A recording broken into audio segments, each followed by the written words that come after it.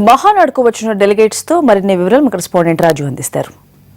గండిపేట మొత్తం పసుపుమయంతో నిండిపోయింది. పెద్ద ఎత్తున తెలుగు తమ్ముళ్ళంతా కూడా గండిపేట దారి పడుతున్నటువంటి పరిస్థితి. ప్రస్తుతం గండిపేట ఎంట్రెన్స్ లో ఉన్నాము. ఇక్కడ నుంచి విఐపీలైనా సరే ఎవరైనా సరే లోపలికి నడుచుకుంటూ వెళ్లాల్సిందే. దీనికోసం పక్కా ఏర్పాట్లు చేశారు. అయితే ఈ రోజు జరుగుతున్నటువంటి ప్రారంభం కాబోతున్నటువంటి మహానాడు ఏం చేయబోతుంది, మహానాడులో ఎటువంటి తీర్మానాలు చేయబోతున్నారు, ఇటువంటి అంశాలకు సంబంధించి తెలుగు మహిళా అధ్యక్షురాలు శోభా హైమావతి మనతో ఉన్నారు.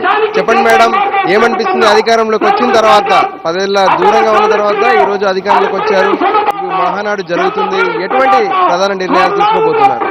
నిజంగా చాలా సంతోషం అండి. గత సంవత్సరంకే మే 16 రిజల్ట్ వచ్చింది. మే 27 మహానాడు జరిగింది. కానీ జూన్ 2 తర్వాత రాష్ట్ర విభజన జరిగింది. కాబట్టి జూన్ 8 ప్రమాణ స్వీకారం చేస్తారు ఆంధ్రప్రదేశ్. రాష్ట్రం విభజన జరిగిన తర్వాత జరుగుతున్నటువంటి మహానాడు, అలాగే 10 సంవత్సరాలు ముఖ్యమంత్రి గారు చంద్రబాబు నాయుడు గారు మొత్తం 2 రాష్ట్రాల్లో కూడా తిరిగి సమస్యల మీద పోరాటం వచ్చిన తర్వాత జరుగుతున్నటువంటి మహానాడు, ఈ మహానాడు చాలా ఎక్కువ మంది వస్తా ఉన్నారు. అలాగే ఎప్పటికంటే చాలా ఉత్సాహంగా కేంద్రంలో పాల్గొంటా ఉన్నారు.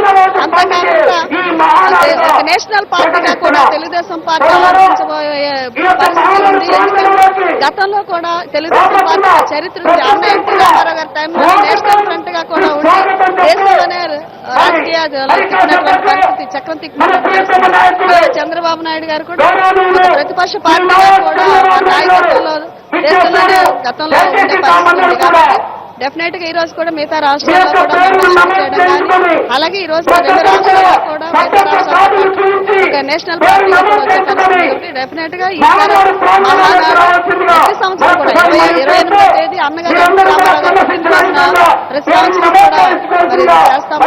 డిఫరెంట్ గా మంచి తీర్మానాలు ప్రజలకు మెసేజ్ అధికార పార్టీ, ఇక్కడ అపోజిషన్ పార్టీ. అలాగే అధికార పార్టీగా ప్రజలకు చేయాల్సింది, ఇక్కడ అపోజిషన్ పార్టీగా ప్రజల సమస్యల్ని ప్రభుత్వం దృష్టి తీసుకెళ్లి నిలదీయాల్సింది కూడా ఉంది. కాబట్టి ఈ విధమైనటువంటి తీర్మానాలతోటి రేపు మహానాడు 3 రోజులు కూడా ఉండబోతా ఉంది. ప్రధానంగా చూసినట్లయితే ప్రతి ఒక్కరు కూడా ఎవరైతే మహానాడుకు హాజరవుతున్నారో వాళ్ళ కోసం ప్రత్యేకంగా కౌంటర్లు ఏర్పాటు చేశారు. కౌంటర్లకు రావాలి, ఖచ్చితంగా కౌంటర్లో వాళ్ళకు సంబంధించినటువంటి సభ్యత్వ నమోదును చేసుకున్న తర్వాతనే లోపలికి వెళ్లాల్సి ఉంటుంది. ప్రతి ఒక్కరికి ఐడి కార్డు ఉంటేనే లోపలికి పంపిస్తారు. ఖచ్చితంగా దానికి సంబంధించినటువంటి పూర్తి కిట్ కూడా ఏమేమి ఇస్తారు ఏంది అనేది వాళ్ళని అడిగి తెలుసుకుందాం. లోపలికి వచ్చి సభ్యత్వం నమోదు చేసుకోవడానికి ఏమేమి అడుగుతారు, వాళ్ళకు ఎటువంటి ఐడి కార్డు ఇస్తారు? మేము వాలంటీర్ మెంబర్ని. ఇక్కడ ఐడి కార్డు కోసం ఫస్ట్ సభ్యత్వం కార్డు నెంబర్ అడుగుతాము. ప్లస్ అలాగే 100 రూపీస్ కలెక్ట్ చేయడం జరుగుతుంది. దట్ ఏంటంటే రిజిస్ట్రేషన్ యాక్సెస్ అంతా ఆన్లైన్ ప్రాసెస్. అంటే కార్డు లేని వాళ్ళు కూడా కార్డు తీసుకునే ఏర్పాటు కూడా చేయడం జరుగుతుంది. చూడొచ్చు, మొత్తం కూడా ఆన్లైన్ లో ఎవరైతే కార్యకర్తలకు సంబంధించినటువంటి పూర్తి వివరాలను సేకరిస్తారో వాటి ద్వారానే వాళ్ళకు ఐడి కార్డు కూడా ఇచ్చి పంపించడం జరుగుతుంది. ప్రతి ఒక్కరు కూడా చివరికి చంద్రబాబు కూడా ఇక్కడికి వచ్చి ఖచ్చితంగా ఆయన సభ్యత్వ నమోదును రెన్యువల్ చేసుకోవాల్సి ఉంటుంది. ఇక ప్రధానంగా లోపలికి ఎంటర్ అయ్యేటటువంటి ఎంట్రన్స్ మనం చూసినట్లయితే ఇక్కడ మొత్తం సెక్యూరిటీ అనేది పెద్ద ఎత్తున ఉన్నటువంటి పరిస్థితి. ఈ సెక్యూరిటీ నేపథ్యంలో లోపలికి వెళ్లే వాళ్లకు ఖచ్చితంగా పాస్ ఉండాలి. పాస్ ఉంటేనే లోపలికి అలౌ చేస్తారు, పాస్ చూయిస్తేనే లోపలికి అలౌ చేస్తారు. ఈ విషయంలో మాత్రం వాళ్ళు క్లారిటీగా దీనికి సంబంధించినటువంటి ఇటువంటి పాస్ ఇది ఉంటేనే లోపలికి అలౌ చేస్తారు. పాస్ ఉన్న వాళ్ళను లోపలికి పంపుతున్నటువంటి పరిస్థితి కనిపిస్తుంది. ఈ విధంగా సెక్యూరిటీకి సంబంధించినటువంటి అన్ని మెజర్లు కూడా సెక్యూరిటీ విషయంలో ఏమాత్రం రాజీ పడకుండా లోపలికి వెళ్లే వాళ్ళను అన్ని రకాలుగా చెక్ చేసిన తర్వాతనే లోపలికి పంపుతున్నటువంటి పరిస్థితి. ఈ విధంగా మొత్తం ఈ ప్రాంగణం మొత్తం కూడా అటు పెద్ద ఎత్తున బయట నుంచి వచ్చేటటువంటి కార్యకర్తలు కావచ్చు, అటు పోలీసులు, ప్రత్యేకంగా పోలీసులు మాత్రం పెద్ద ఎత్తున ఉన్నారు. ఎందుకంటే దాదాపు 50,000 మంది ఇక్కడికి వస్తున్నారు. ఈ నేపథ్యంలో ఎవరికి ఎటువంటి ఇబ్బందులు జరగకుండా, అవాంఛనీయ సంఘటనలు జరగకుండా పోలీసులు కూడా ప్రత్యేక చర్యలు తీసుకున్నటువంటి పరిస్థితి కనిపిస్తుంది. మనతో చెప్పండి, ఎక్కడి నుంచి వస్తున్నారు? అమలాపురం అండి. అమలాపురం తూర్పుగోదావరి జిల్లా ప్రధాన కార్యదర్శి, పార్టీ ప్రధాన కార్యదర్శి అంటే. ఓకే, మహానాడు జరుగుతుంది హైదరాబాద్ లో గొప్పగా. ఇందుకోసం ఎంతమంది మీ తరఫున ఎంతమందిని తీసుకొస్తున్నారు? చాలా మంది. ఏం చేయబోతున్నారు మహానాడు ఈ 3 రోజుల పాటు కూడా? 3 రోజుల పాటు కూడా అందరం కూడా మా ఈస్ట్ గోదావరి డిస్ట్రిక్ట్ నుంచి అందరూ కూడా వస్తున్నారు.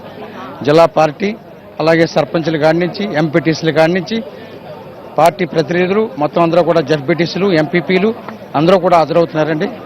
ఇది పార్టీ ఒక ఉత్సవం. ఇది అందుకని చెప్పి దీన్ని అందరూ కూడా హాజరవుతూ ఉన్నారు. జిల్లా నుంచి భారీ ఎత్తున వస్తూ ఉన్నారు. ప్రతి ఒక్క కార్యకర్త కూడా కోరుకుంటున్నారు. అటు తెలంగాణ ఇటు ఆంధ్రప్రదేశ్ 2 రాష్ట్రాల నుంచి కూడా పెద్ద ఎత్తున తరలి వస్తున్నటువంటి పరిస్థితి ఇంకా ప్రారంభం కానే లేదు. అప్పుడే ఆ రోడ్లపైకి మొత్తం తెలుగుదేశం పార్టీ కార్యకర్తలంతా కూడా వస్తున్నటువంటి పరిస్థితి. మిగతా ఏదైతే దూర ప్రాంతాల నుంచి కూడా చిత్తూరు కావచ్చు, కర్నూలు కావచ్చు, కడప ఆ ప్రాంతాల నుంచి కూడా ఇక్కడికి పెద్ద ఎత్తున వస్తున్నారు. ఇప్పటికే అటు సభా ప్రాంగణం వద్దకు కార్యకర్తలంతా చేరుకుంటున్నారు. దీనికి సంబంధించినటువంటి ఏర్పాట్ల విషయంలో మాత్రం ఎప్పటికప్పుడు మానిటరింగ్ జరుగుతూనే ఉంది. ప్రతి ఒక్కరిని పరీక్షించిన తర్వాతనే లోపలికి అలౌ చేస్తున్నటువంటి పరిస్థితి కూడా స్పష్టంగా కనిపిస్తుంది. కెమెరా పర్సన్ వరుణ్తో రాజు, ఎన్టీవీ. బులెటిన్లో షార్ట్ బ్రేక్ తీసుకుందాం.